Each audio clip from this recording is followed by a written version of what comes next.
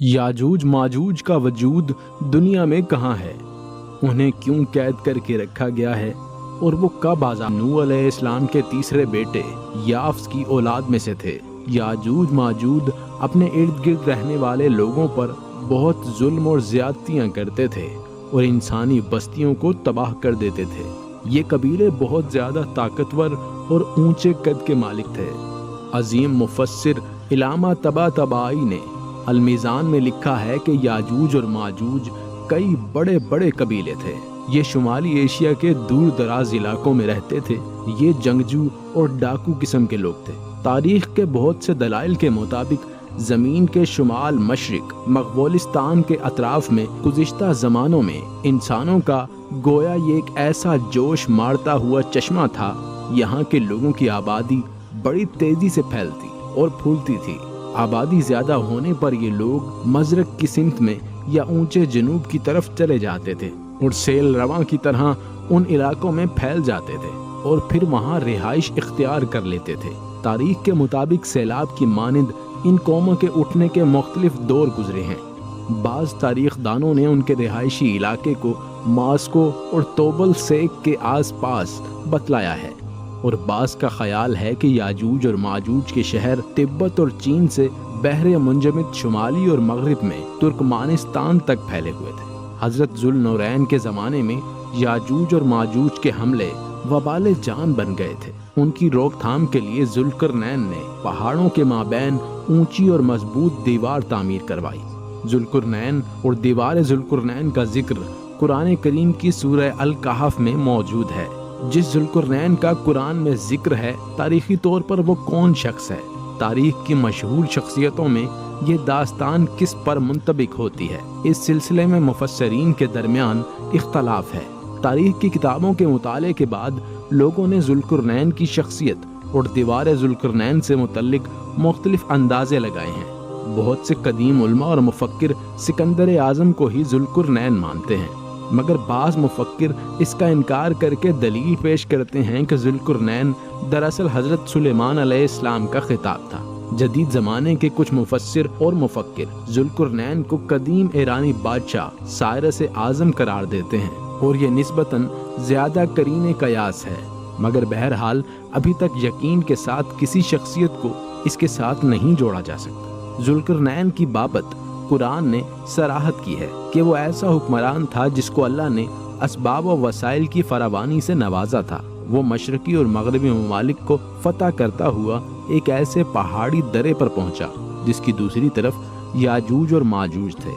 कुरान करीम की सूरह कैफ में बाहवाला याजूज माजूज ज़ुल्करनैन के हालात बयान करते हुए फरमाया गया है कि जब वो अपनी शुमाली मुहिम के दौरान पहाड़ों के दरमियान पहुंचा तो वहां उसे ऐसी कौम मिली जिसकी जुबान नाकाबिले फहम थी। ताहम जब तर्जुमान के जरिए गुफ्तगू हुई तो उन्होंने अर्ज किया कि याजूज और माजूज कौम हैं जो इंसानों की शक्ल में दरिंदे हैं और इस सरजमीन पर फिसाद फैलाते हैं, लिहाजा हमें उनसे बचने के लिए एक बहुत बड़ी दीवार तामीर करनी पड़ेगी। चुनाचा फिर ये तफसील है कि किस तरह ज़ुल्करनैन ने इस कौम को याजूज और माजूज की यलगार से बचाने के लिए दीवार बनाई, और जो दीवार बनाई गई वो कोई ख्याली दीवार नहीं बल्कि हकीकी है, जो कि लोहे और पिघले हुए तांबे से बनाई गई थी, जिससे वक्ती तौर पर याजूज और माजूज का फितना दब गया।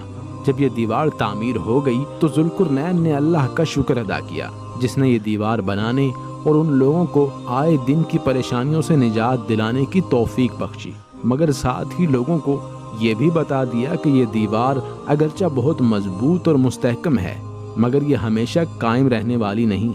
जो चीज़ भी बनी है बिलाखिर फना होने वाली है, और जब मेरे रब के वादे का वक्त करीब आएगा तो वो इसको पेमदनाक कर देगा, और मेरे रब का वादा बरहक है। रही ये बात कि दीवार ज़ुल्करनैन वाक़ई कहाँ है, तो इसमें भी इख्तलाफात हैं, क्योंकि आज तक ऐसी 5 दीवारें मालूम हो चुकी हैं जो मुख्तलिफ बादशाहों ने मुख्तलिफ इलाकों में जंग के हमलों से बचाव की खातिर बनवाई थी। इनमें सबसे ज़्यादा मशहूर दीवार चीन है, जिसकी लंबाई का अंदाज़ा 1200 मील से लेकर 1500 मील तक लगाया गया है, और ये दीवार अब तक मौजूद है। लेकिन वाज़ेह रहे कि दीवार चीन लोहे और तांबे से बनी हुई नहीं है और ना ही किसी छोटे कोहिस्तानी दरे में वाक़ है। وہ ایک عام مسالے سے بنی ہوئی دیوار ہے۔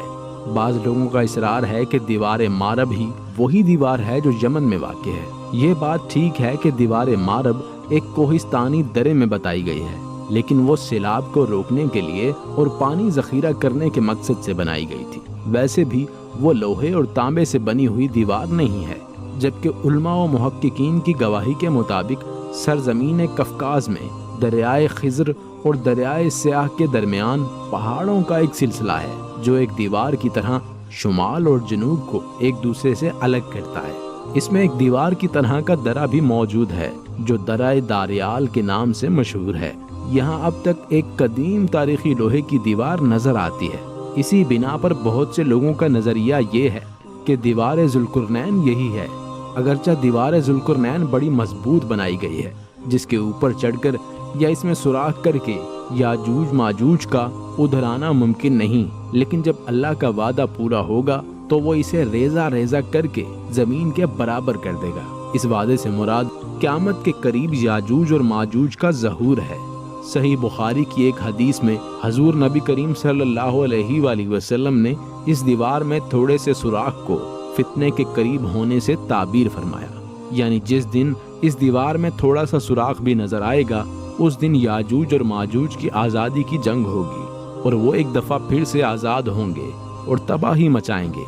حدیث میں آتا ہے کہ یاجوج اور ماجوج ہر روز اس دیوار کو کھودتے ہیں اور پھر کل کے لیے چھوڑ دیتے ہیں، لیکن جب اللہ کی مرضی ان کے خروج کی ہوگی تو وہ پھر کہیں گے کہ کل انشاءاللہ اس دیوار کو کھودیں گے، اور پھر وہ دوسرے دن اس میں سے نکلنے میں کامیاب ہو جائیں گے اور زمین میں فساد پھیلائیں گے، یعنی انسانوں کو بھی کھانے سے گریز نہیں کریں گے۔